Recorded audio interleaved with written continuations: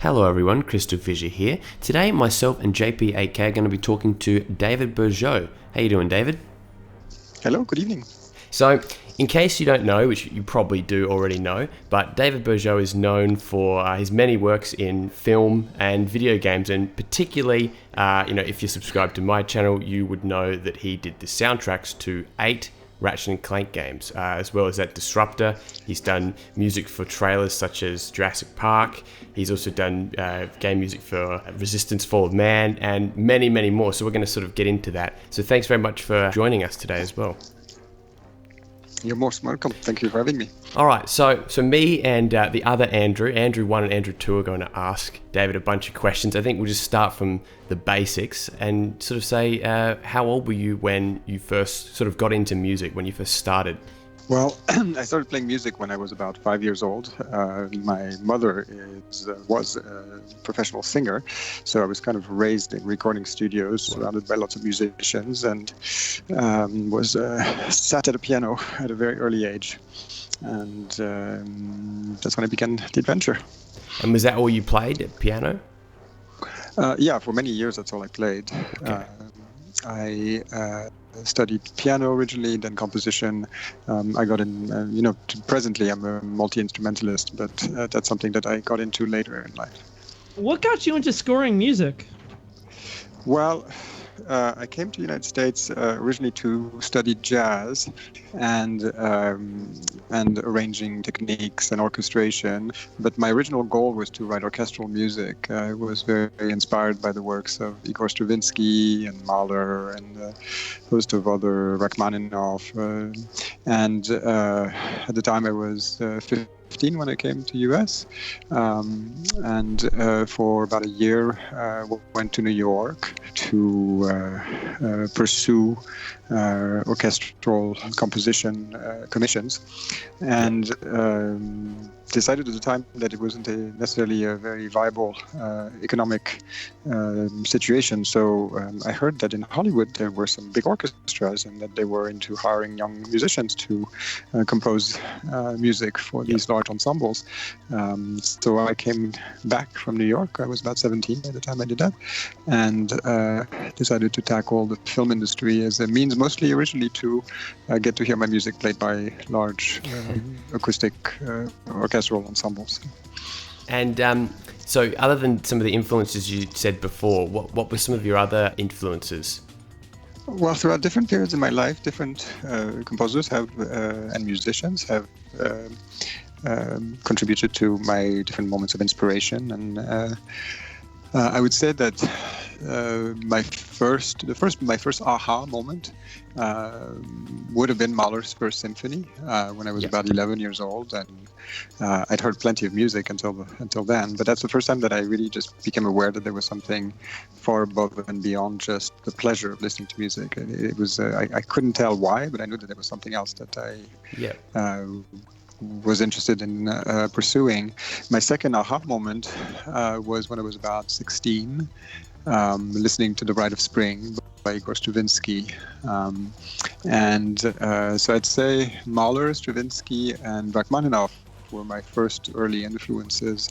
And then after that, a host of extraordinary musicians. I would say Keith Jarrett, especially the Colin concert, which I listened to thousands of times, probably, at least thousands of times, wearing cassette after cassette. I'm aging myself here. We had cassettes at the time. I would say that earlier on, I used to really enjoy heavy metal or rock and roll. I was a big fan of bands like Iron Maiden, AC/DC, later world music, for sure. The works of Nusrat Fateh Ali Khan and a lot of beautiful world musicians became very inspiring. So at different times in my life, I've been inspired by pretty much always a common denominator, which is really extraordinary works. I have not really tapped into common popular music, but I'm a huge fan of Led Zeppelin, big fan of Miles Davis.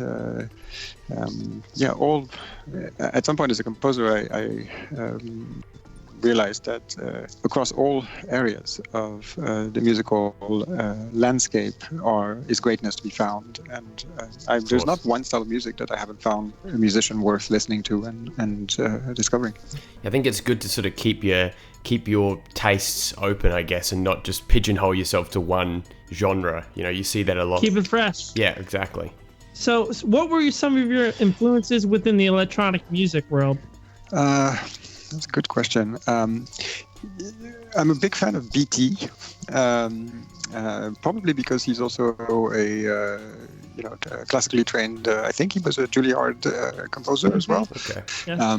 So that's probably not why I like him, but I would say that probably some of his compositions reflect that layer of depth and understanding that probably hits my sensibilities in the right way. But the thing about electronic music is I really got into it when I started going to Burning Man. And really enjoyed that world. Wow. A lot of it, I liked the general style. I wasn't particularly a devotee of one artist versus another. But then I just enjoyed what was being done in the electronic world. Air, really liked Air. Love Air. Not at all considered electronic, but I think Radiohead mixes electronic with rock is my favorite band today. I'm trying to think of specific names in the electronic world.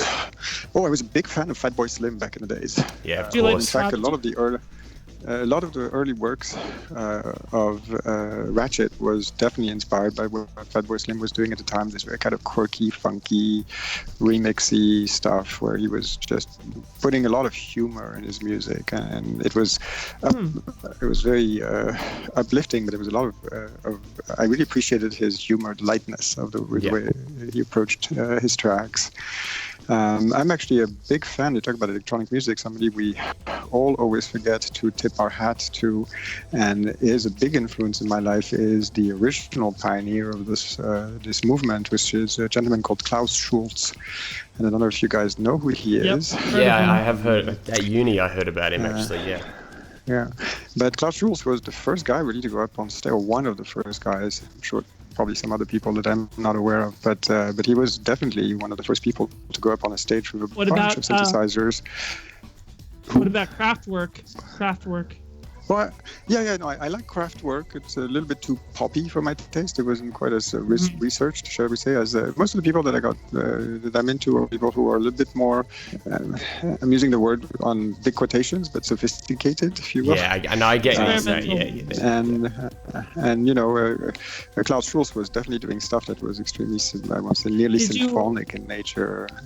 Yes. I saw BT live actually sometime, I think 7 months ago or so. He was amazing. He's fabulous.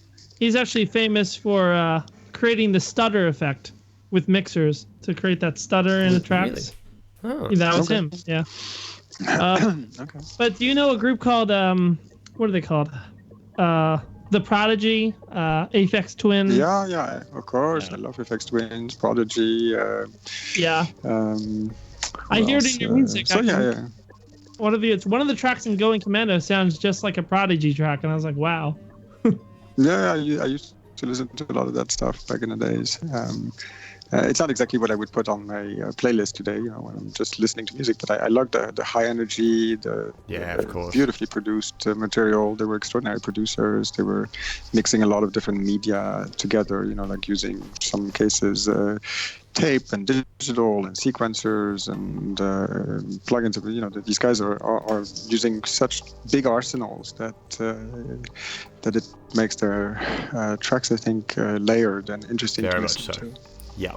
So, what was it like to score the trailer music for Jurassic Park? Like, this is something I actually only found out about recently. What was it like to do something like that? I mean, Jurassic Park was, a massive, ended up becoming a massive franchise, and even still exists today. So I'm sure, it was pretty big for you at the time. Yeah, it was a big deal. I was a young composer, and I was just starting to make my mark in Hollywood. And I was very fortunate that a couple of the people who were in charge of the Universal advertising and marketing department Paula Franceschi and David Salles, both of whom I owe a lot of my career to, because they saw a young lad and they decided to entrust me with these big projects. I did a whole series of large-scale trailers at the time for big directors, and when Jurassic Park came around, it was a very hush-hush project, of course, as most of Steven Spielberg's projects tend to be kept on the wraps. And I was really, really fortunate enough to be trusted with coming up with something unique and different and original. And although I never got to meet John Williams, the idea that I was working on a project that John was scoring was, of course, an amazing opportunity, and I felt very, very fortunate. And it was also very gratifying because I was young and I was still looking for a little bit of, I guess, positive reinforcement. And the fact that Mr. Spielberg was kind enough to approve my tracks, and I got to meet him a couple of times during the course of my work, and short meetings where he was involved, of course, in the marketing of his project, of his film, and so we had a couple of projections of the trailers, and at the end he said that he liked the music, which was as a 20 or 21-year-old young composer, it was a nice step of encouragement. Very much so. And it parlayed into a nice career, because after that, soon thereafter, there was a project that he was the executive producer of, which was a TV series, a science fiction TV series called Earth 2, that I think that I was eligible as a composer precisely because I'd worked already on Jurassic Park, so it allowed me to be able to pursue that project and work with some amazing producers also at the time, Michael Doug and Tony To, some really beautiful team of people who once again give me their trust and allowed me to create some unique and original materials for their projects. So it was great to work on Jurassic. And it must have been, I mean, I don't know, in terms of producing, but it feels like it would be a completely different process scoring a trailer than it would be a track. Do you agree, or do you sort of go about it in a similar way to making just a full track? Well, what do you mean by a track? Well, like, just to understand the question. So I guess, when you're making, like, I don't know, a movie soundtrack or a game soundtrack, you have a series of tracks of music for each level or each scene or whatever. But with a trailer, there's a lot of moving parts. It's more of a cue. It's exactly. There's a lot of. I'll try to make this answer as brief as I can, although it's a fairly big topic, if you will. But you're every right. project, whether it be a 90-second trailer or a 90-minute movie or anything in between, has a natural arc, which is determined by generally the script and the editing. And when you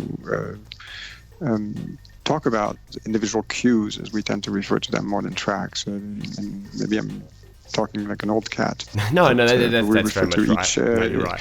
Yeah, so we refer to each instance of music within a project as a cue. Well, each cue, of course, is unto itself its own narrative. Let's say a 4-minute, say, action chase cue within a film will have a beginning, middle, and an end, and all sorts of little sub-points. But it fits within a greater arc, which is the 90-minute format. And you don't approach that 4-minute cue within the film the same way you would if it was a 4-minute short film or a 12-minute short film or a 4-minute trailer. So the art of scoring is to find what the natural arc of each of these mediums invites, and not just think of it in these micro moments of cues, but rather how they fit within a greater context.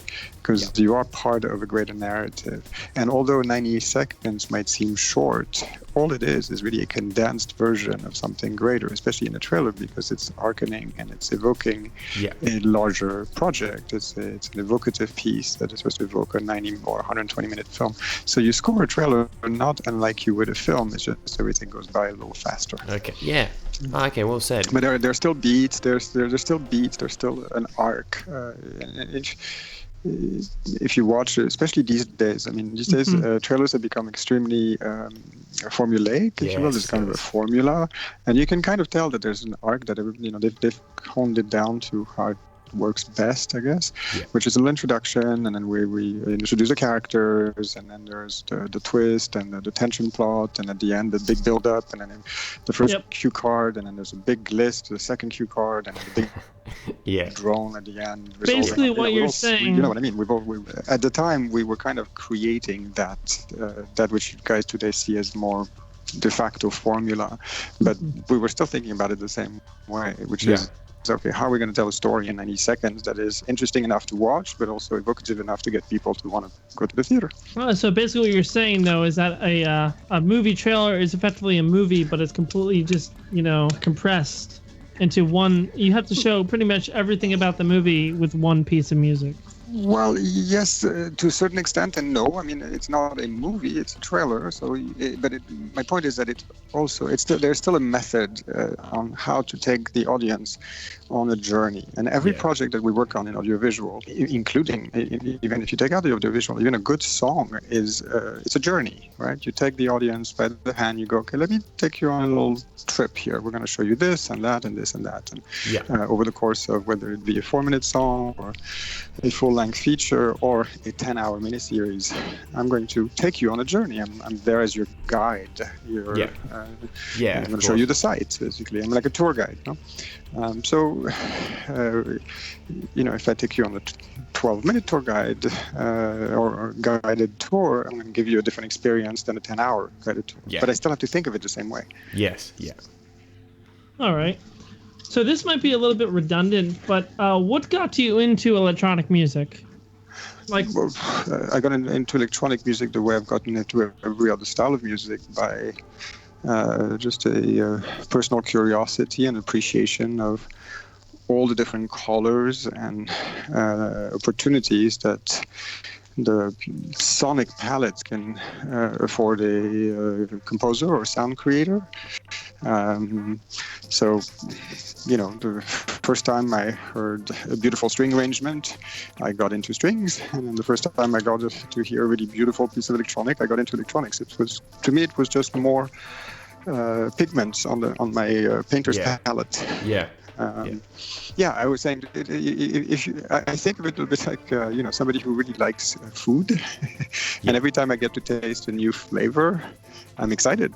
I'm like, oh my god, I haven't tasted this flavor. So it'd be sometimes it can be ethnic, sometimes it can be jazz. I like it all. That's good. No, that's a good way to approach it for sure. What was your initial reaction then when you found out that you were going to create a score for a video game? Especially in the mid-90s when everything was starting to, video games were getting more graphically impressive. They were, being able to, run on CD, for example. So it wasn't like, like an NES where you couldn't actually make MP3 or audio tracks. So what was it like? Yeah. Well, my reaction at the time, of course, you asked me to remember something that took place a while back, but my reaction at the time was curiosity, because it was a new world, a new set of technological challenges, and in some cases the limitations were quirky but also interesting. And I didn't know anything about video games. I didn't play video games. I still don't. Okay. So it was kind of I've never done this. Let's see what it's going to be like. Yeah. I like challenges, so the curiosity that comes with a new challenge is always what drives me to try something different. And in this case, I had the opportunity to try something that I had never done before for a medium that I knew nothing about, with a team of really hard people who were delightful to work with. Ted and the whole crew were just wonderful and super creative, and it was really exciting. It was fun. But mostly it was a big curiosity. It was like, how are we going to do this? Yeah, and it definitely helps that, even to this day, and you probably know this already, but, Insomniac Games has such a, probably one of the best, if the best reputation in the gaming industry as just being such a fantastic place to work. Everyone sings their praises. Yeah. There's just something about maybe whether it's just how creative they're willing to be or how they treat their employees or, freelancers or anything. It's, that I would credit Ted foremost for that reputation. He is a really delightful individual, very caring, one of the kindest and least egoic person of his stature, if you will, and it made working with him and developing this project just so pleasant. And I know it translated. And I always said this when I was working with them, that his presence was always felt throughout the team. Right. The whole staff really always felt nice. And I've worked on enough projects at this point over the course of my career that when you get that feeling, it pretty much always is credited to the person at the head of it. Of course. And whenever a project is full of a lot of crazy neurotic people, it's usually because the person at the head of it is themselves crazy and neurotic. So Ted, I think, led, at least during my tenure there, a wonderful management, and it was very inspiring to work for. There's nothing more gratifying as an artist, especially as a craftsman, than working for somebody who inspires you. Yeah. Because you work twice as hard. Yeah. And Ted is a very inspiring person. He had a great vision. We all related to it, and he inspired us to do our best work. And I think I'm going to speak on behalf of people, in some cases I haven't met, but I think a lot of the team who has contributed to this franchise would probably agree with me that we all got inspired by Ted's vision. How did Insomniac Games approach you for Disruptor in 1996? Because you had already scored the Jurassic Park trailer and a number of other things. Well, if I'm correct, they actually didn't approach me because I don't think there was an Insomniac back in 1996 or whenever we did Insomniac. Insomniac, if I remember well, it was not called Insomniac. It was actually produced by Universal, and Ted was running, if I remember well, the the short-lived interactive department that Universal had for a while, which I believe soon thereafter he then started his own company called Insomniac. And the first project that I did for Insomniac directly was Ratchet. It was their first project. I don't believe, I might be wrong about this, but I don't believe that Disruptor was an Insomniac project. I think it was a Universal. They actually were called Extreme Software in 1994, and then they changed the name like in 95 because of some conflict of a company with the same name. So I think that's what you might have been referring to. It wasn't Insomniac until later. Yeah. That's what I thought, yeah. But at the time, I got to them because there was some sort of connection with Universal, with whom I was working quite a bit in different capacities. Obviously, I'd done a lot of trailers for them, including Jurassic Park, and then I'd gone on to do a lot of TV shows for them, including Earth 2 and a host of other things. And I was one of the composers that the music department, who at the time was run by a delightful lady, Roxane Lepel, who I owe a lot of my career to as well. Yeah. And who called me one day and said, "Hey, have you ever done a game? There's these cool kids over there on the block, on the lot, and they're doing this thing, and no other film composer really wants to go there because they think it's beneath them, but you're weird enough that you might enjoy it." And so I went and I met with Ted and really liked the team, and I always liked coming up with stuff that's new and different, and I was quite happy to take a chance. Whereas at the time, it was not viewed as a desirable, pardon me, as a desirable medium. People thought of games as subpar.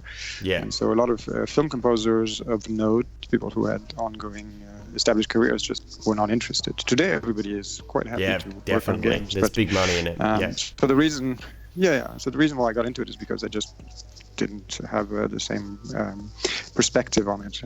I felt perfectly fine working on a video game.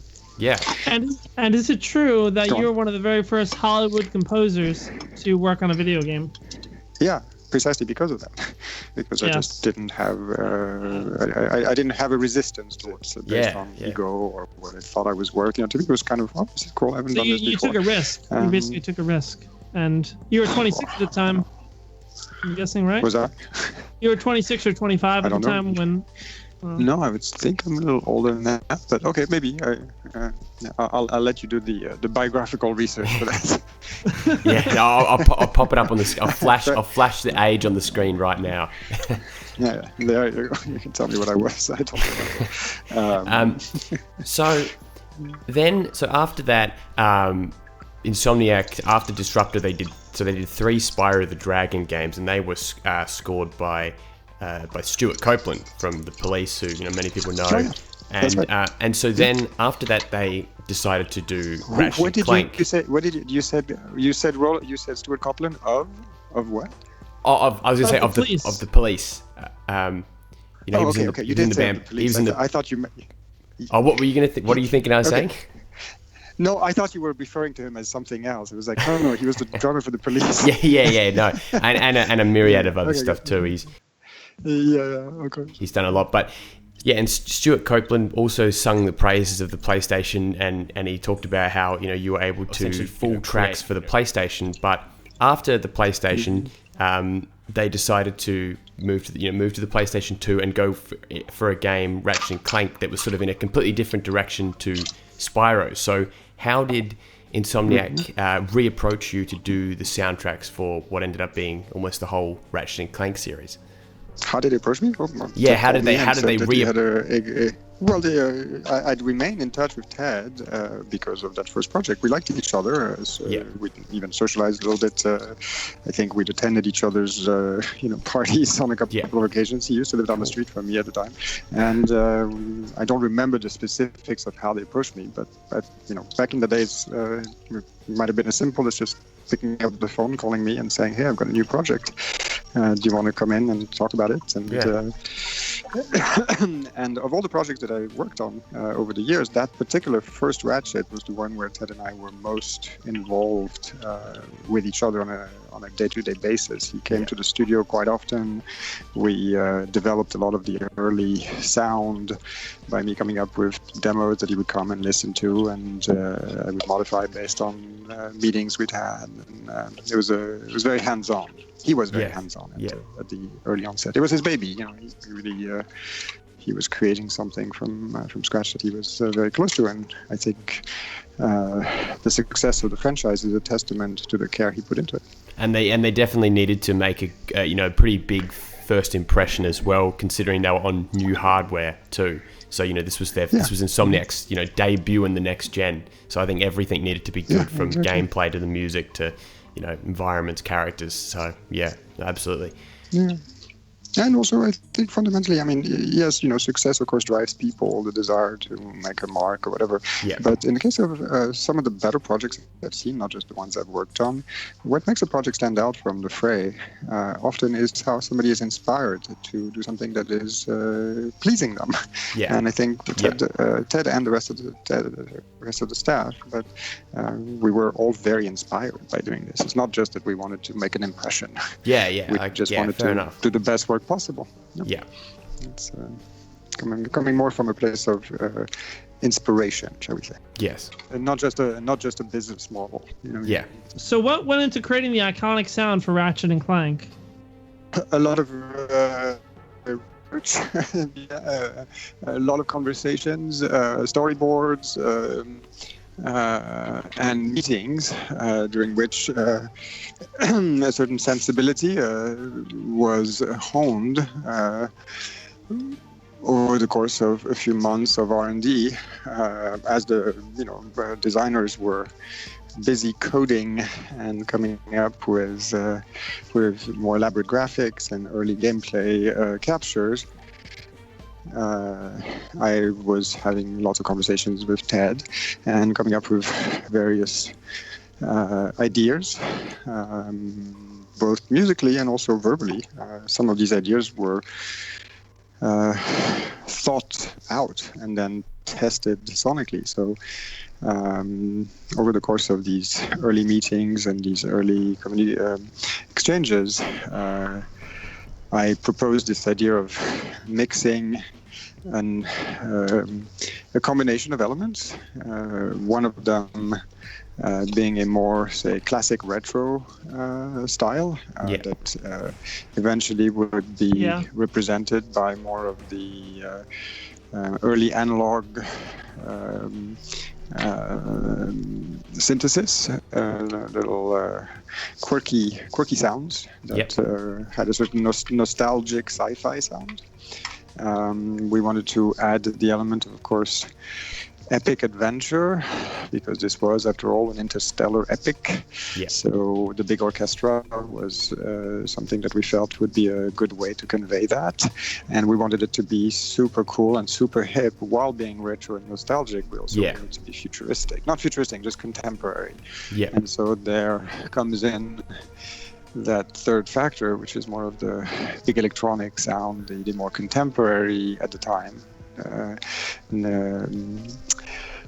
Sound of drum loops and the break drums, drum beats, the big drum breaks, and so in the end, after trying different things, we pared it down to those three primary factors, those three primary core elements. You know, the retro sci-fi, the orchestral epic, and the ultra hip vibe. And what you're hearing in Ratchet is basically just it's a cocktail. Yeah. Of these three primary things. Yeah. So, as I personally am, a huge fan of the, Ratchet and Clank, pretty much all of the Ratchet and Clank soundtracks you've done, but particularly my favorite one is probably the first one because of those break beats. So what were some of your favorite break beats to use? Because I just felt like without them, they just totally made the tracks go from great to just phenomenal to me. Thank you. When you say to use, what do you mean by to use? So like what were you sampling, for example? Like what were you using sample CDs? Were you sampling from old 90s tracks or so there's absolutely no way for me right now at this stage of the game to remember what I was using over 10 years ago. That's fair enough. I've written literally hundreds of pieces of music back then and since then. So each piece was approached, of course, uniquely. Each chapter of Ratchet was also unto itself a unique achievement, and the technology morphed throughout the course of these 8 different chapters of my contribution to the Ratchet franchise. And so what I did at the beginning was not necessarily what I did at the end, just because the technology adapted, I adapted too. It's fair to say that I used everything available to me, and so that included I never actually sampled an LP, and actually I've never done it in the course of my career for a simple reason. Unless one goes through a really complex process of licensing, it's an illegal activity that I could not do, especially when released with major projects like film and TV and video games. So all samples and loops that were included in Ratchet were either created from scratch or they were altered versions of sample libraries. Which ones? I would absolutely have no idea. At some point or another, I used every single library. And generally what I did is I tried, just my attempts, at never just using one sample from one library or even multiple samples from one library, so that the originality comes in the way I've combined these samples. Yeah, exactly. And I seldom use a sample without seriously altering its original nature by cutting it, chopping it, changing even the rhythmic nature. So let's say the kick is on 1 and 3. I might take that kick, splice it, and move it around so it has a syncopation somewhere in there. So the raw material is always used, reused, and tweaked to fit what I want to say. Right. So I'm guessing this might be, once again, you might not be able to answer this because you said it's been 10 plus years since you've used equipment. But what kinds of VST plugins did you use, or hardware samplers did you use? We're not talking about the samples, we're talking about the equipment. I get it. The hardware sampler is a little easier for me to remember because I just happen to remember buying each one of them and, learning how to use each one of them. And it used to be a big deal too. They used to cost sometimes quite a bundle. So I used pretty much everything from emulator, pretty much every single one of their piece of Great hardware, stuff. or everything from emulator 1, 2, 3, 4, 4X, and I think there might have been an emulator 5. I would have probably owned that at the time, as well as Proteuses and their organ module. I used a lot of Roland samplers, predominantly SP700s. Then in terms of actual hardware synth, I used Nords, viruses, ATCs, and a battery of other stuff that D50s, DX7s. Great stuff. What else did I use? Something called, there's an orange one, I'm trying to remember its name. Totally escaping me right now. Pretty much any synthesizer that was out during that period that I scored Ratchet Clank over that, say, 8 to 10 years that I worked on it. At some point I owned, and at some point it made its way to Ratchet. Yeah. But I great. will say, if you're looking for the core sound of what was most common, bass was more often than not coming from an ATC, and which is basically similar to a Minimoog. Yep. A lot of the heart pounding you were talking about, what's that band earlier? Prodigy. Yeah. That was pretty much all Nord and Virus, because that's really that sound. Yeah. And then gradually, and of course on top of that, every SH-101? Orchestra. No, and I don't even remember what that is. It's escaped me. It's been so long since I've used a hardware, thing. So over the years, of course. So no, I didn't have an SH-101. Over the years, I, like everybody else, transitioned to software, soft synths and software plugins. That's right. I used to have something called. Oh my God, what were these big samplers? Gigasamplers. Oh, okay. Yeah. For a while, I had a battery of gigasamplers. And eventually everything converted itself into soft synths. Yeah. Like Contact 5, for instance, which you probably still use that. Again, every single one of them at some point I must have used That's in impressive. some form or fashion. Did you ever use a plugin called Kirkwell Strings or Kurzweil Strings for when you scored Tools of Destruction? Because I know you use a lot of... Yeah, it's too specific for me to remember. I've used Kurzweil gear. That's another brand of instruments that I used to have in the arsenal. When did I use them and on which project? I would not be able to answer that question. That's too specific. But yeah, I mean, I had a few of the pieces of hardware from Kurzweil, and over the years definitely used them. Yeah. Okay, that's awesome.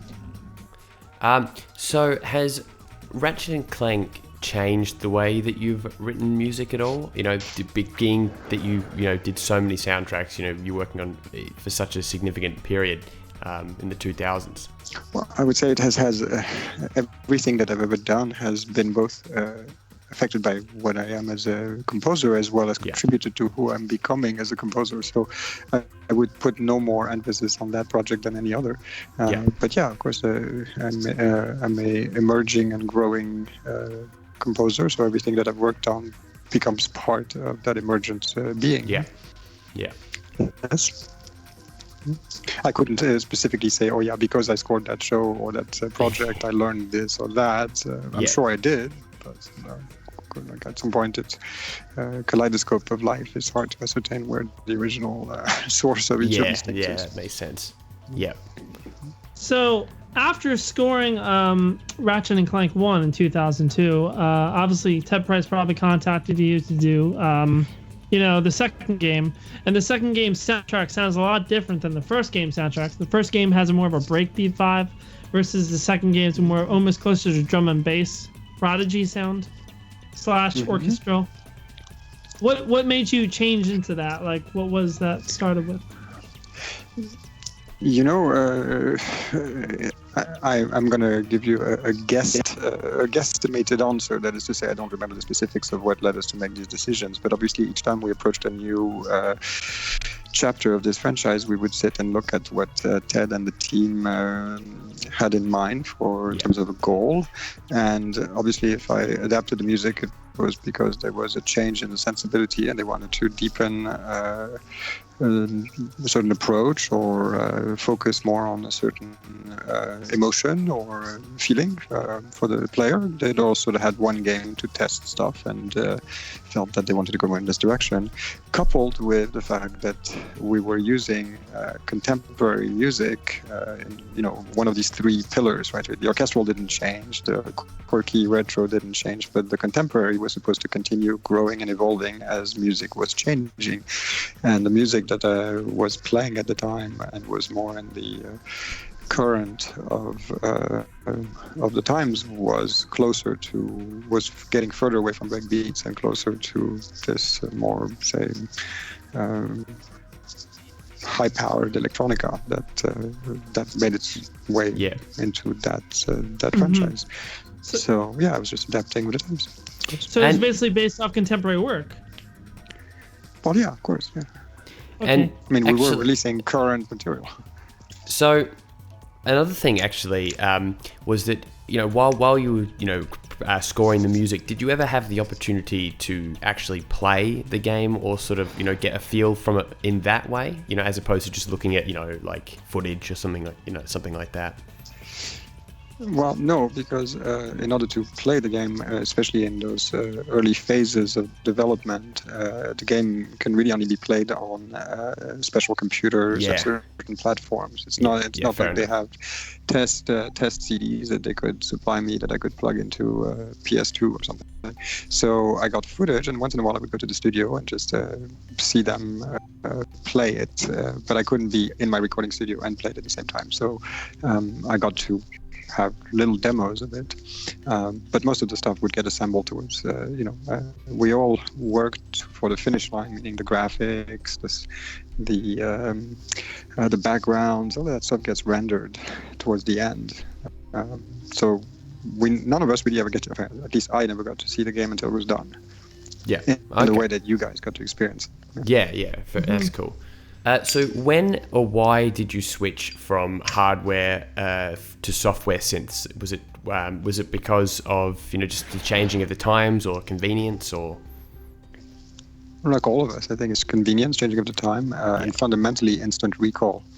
Yeah. The main advantage of soft synths is that every time you load up a new queue, you don't have to reset 55 synths like I used to, and go and change patches. And back in the early days, we'd have like detailed notes for every piece of music. We'd have to go back to the machine room and press a bunch of buttons just to load a song. Could take half an hour or just reset. Yeah, it's crazy. Whereas when you load a palette that has 100 new soft synths, it's instant. Yeah.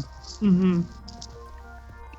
Presets are a big easier to automate too. A lot of the early automation was done via MIDI, so you could automate filters, you could automate everything on a small virus and a Nord, but it took a long time to create additional tracks of MIDI information, whereas when you're on a soft synth, it's all, the automation was compelling enough to want to make the switch.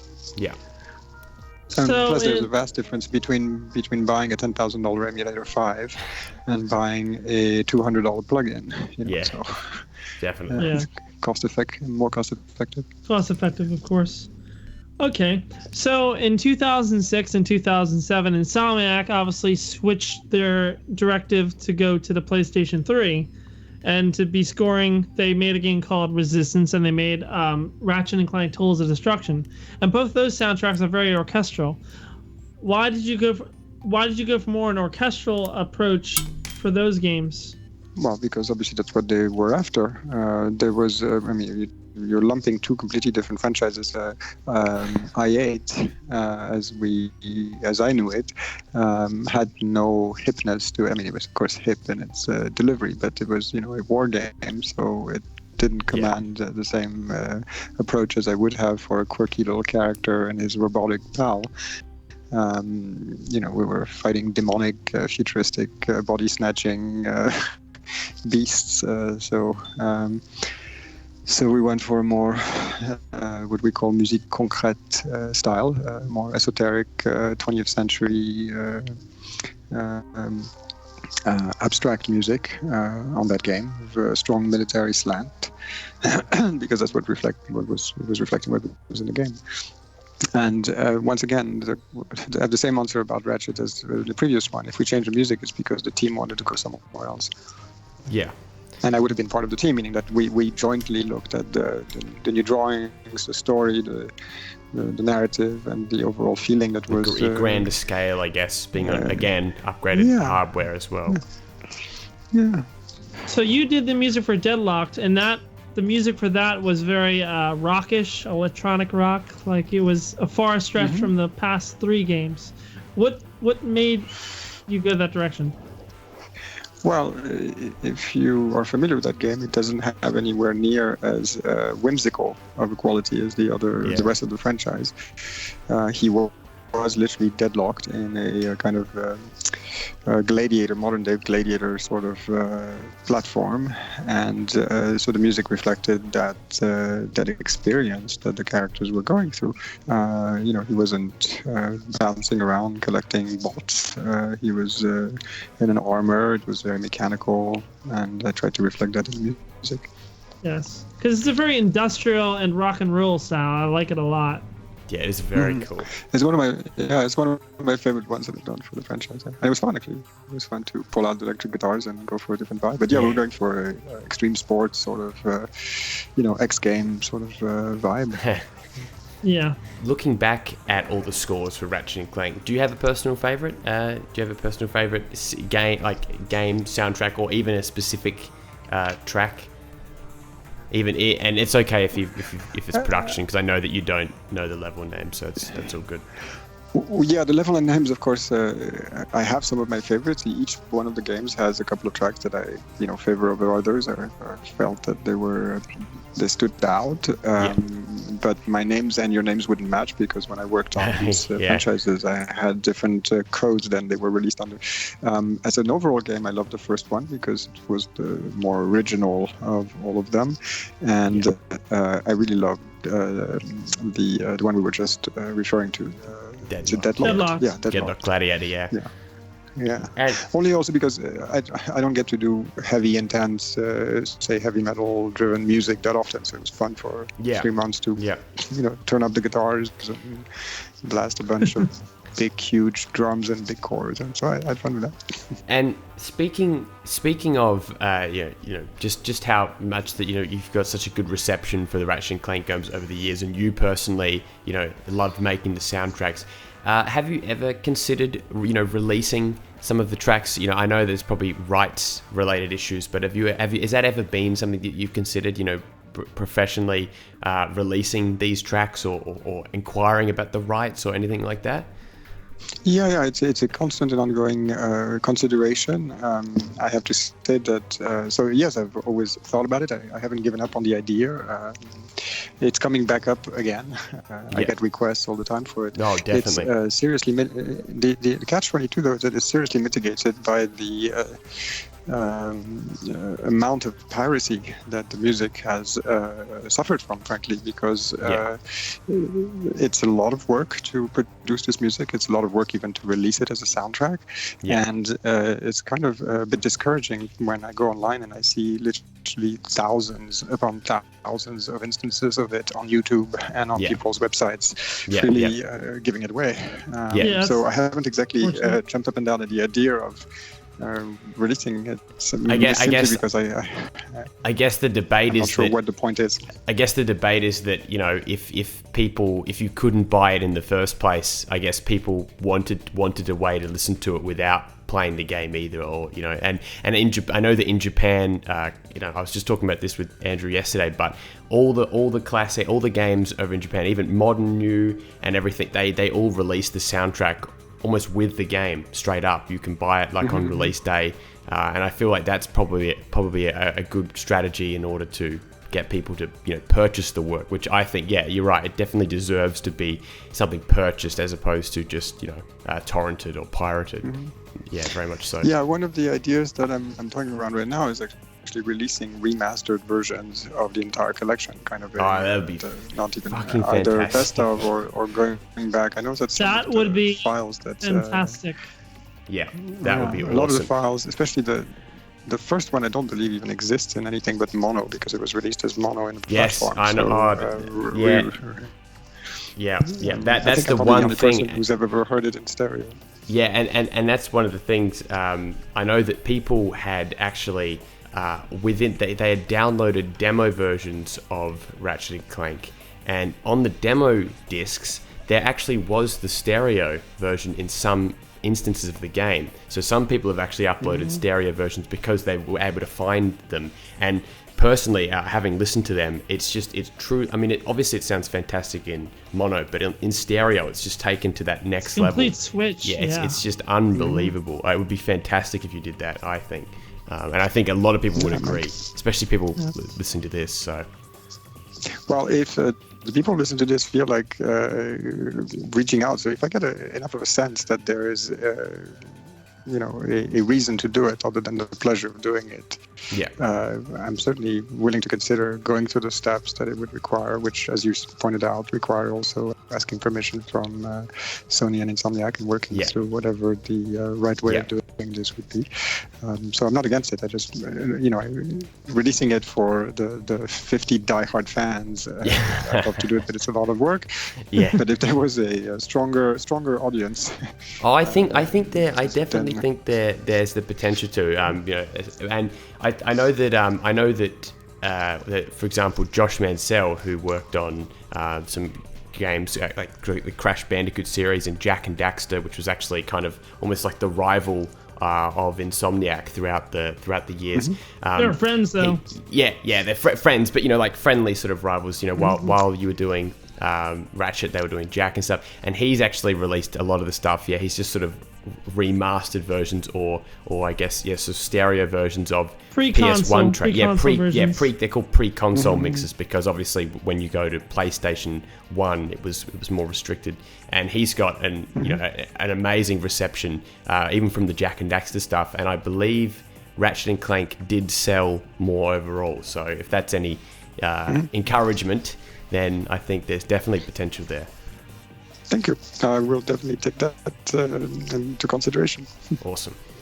How did you go about recording and mixing the soundtracks for Ratchet & Clank, the series? Well, each one of them, of course, was approached differently, because the technology and the equipment that I had at my disposal evolved. In terms of recording, some of the games had, say, more guitars, so obviously I treated that differently than sampled orchestra. The core of the system was always Logic Audio, which is my platform of choice. I've worked also with Pro Tools, but I tend to always make my way back to Logic, and find it a very useful platform to base myself on. My studio at the time was built around a Euphonic CS2000, which is a big analog, digitally controlled analog mixing board that had, I forget, 104 inputs or 98 inputs. I think it was a big console that is that the same one in the pictures? Everything was running. Yeah. Yep, we'll put that up on screen. So that was the console that submixed all the different synths and channels, and even as I got into soft synths, I still ran everything through the console through multiple outputs. I never did in the box mixes, if you will. Everything would still go through racks and racks of analog gear, and a lot of analog bus compression using Euphonics compressors, which are really extraordinary analog compressors. Let's see, I don't know what else to describe it. It's, describing the whole recording studio would take longer than this interview could allow. But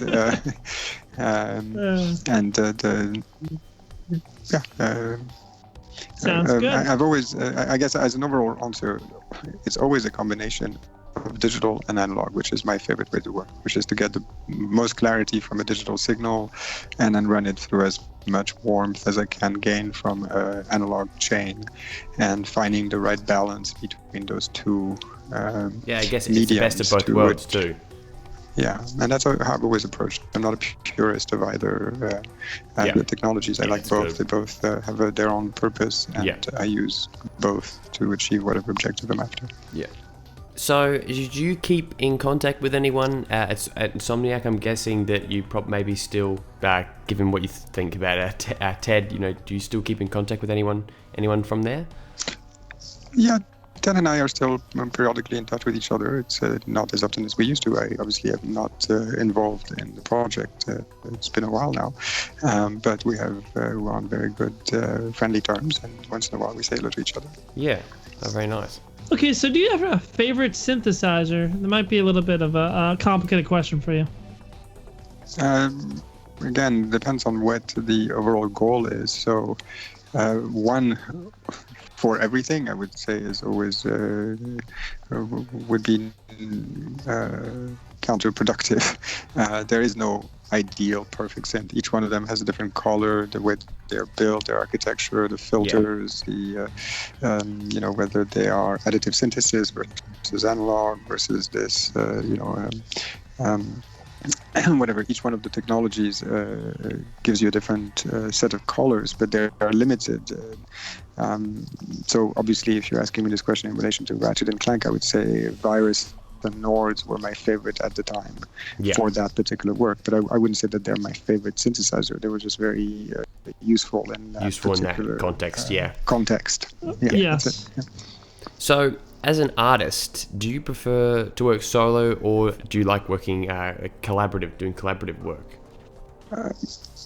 There are some projects which I would much rather immerse myself completely in, and there are some projects where I really value the collaborative back and forth. Obviously, somebody whose name we should definitely mention in this interview, who's inextricably entwined in the Ratchet franchise, is a dear friend and longtime collaborator called Niels Nielsen, who has definitely left his own mark on this work over the years.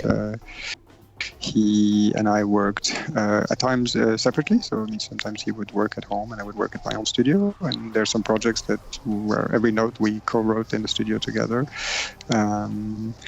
Sometimes not even an entire project. Sometimes certain cues we'd want to work together, and sometimes certain cues we wanted to work separately. I love collaboration, and I also love solo work. It's just it depends on what I'm trying to accomplish. Again, I guess case by case, everything. It's hard to give. It's hard to sort of have a preference when there's so many variables. In music or really any medium. But I've really enjoyed working with Niels over the years, especially on this game stuff. He's a far more accomplished guitar player to begin with, an extraordinary orchestrator as well. Very, very talented man and dear friend. And it's been delightful to have the opportunity to work with him over the years on different projects. He came in not right at the beginning of the Ratchet, but his involvement grew in scope and size, and his contributions became more and more noticeable as I continued working on this project. So you talk about his, guitar skills. So I'm guessing that he was, involved in Deadlocked quite a bit then. No, funny enough. Oh, really? Oh, okay. I did Deadlocked. Unfortunately, I would have loved to have him involved, but he was in Europe at the time that I was scoring that project. And he. I thank him for having left me stranded, so that my guitar chops had to improve. So I found myself having to write all this music, and typically, I would have just called him and said, "Hey, come on, I'm done playing some guitars," because he's so much better than me. But in this case, he was 6,000 miles away, and I found myself having to do guitar parts, which was a blessing in disguise, because I said my guitar chops improved. So there you go, Ratchet and Clank helping you out in more ways than one. Yep. So what are you up to these days? As we all know, you since sold your studio in LA. Well, I sold the place where I was located in LA, and I moved just outside of LA, just about 45 minutes north, and rebuilt another studio up in the mountains. I moved to a lovely ranch just outside Los Angeles. And I'm doing very much the same thing. I'm not involved with Ratchet and Clank, obviously, as everybody knows, at least presently. And I continue producing projects. I've really focused in the last couple of years on working on my own compositions and my own production, as well as doing a lot of live shows. I enjoy more and more playing concerts. Yeah. Okay. And a different style of music, more focused on, I would say, jazz and world music, a bit of a combination of the two.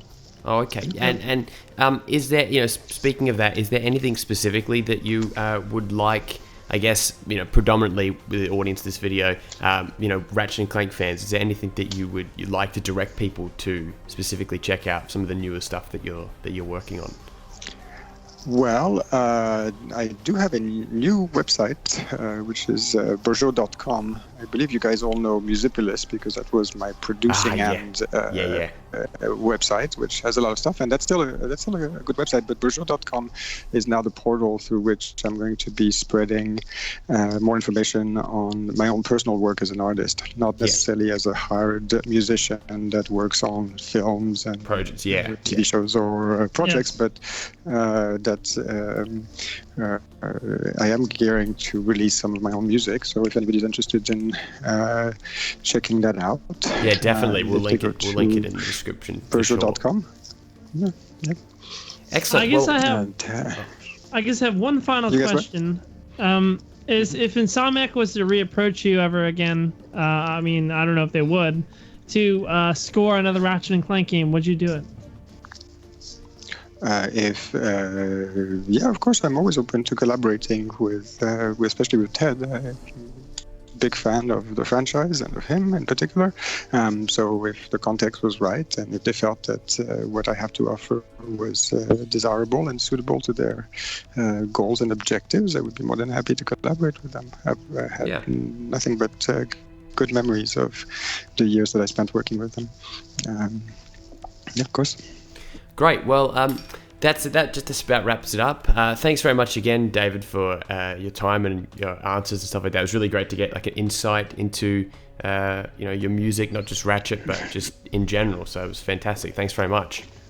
Of course, you're most welcome. Thank you so much for the opportunity. It's nice speaking to both you and Drews. And I look forward to seeing what you do with this podcast, and wish you well on your endeavors. Thank you very much. Yeah, and again, thanks to Andrew, the other Andrew, JP8K. Make sure to check him out on YouTube. Everything will be all linked. You'll be able to spend your next 6 hours going through Bergeaud.com and SoundCloud and wherever it'll take you. So, thanks, guys, and we'll see you later. Thank you very much. Bye. All right, thank you. Have a good night.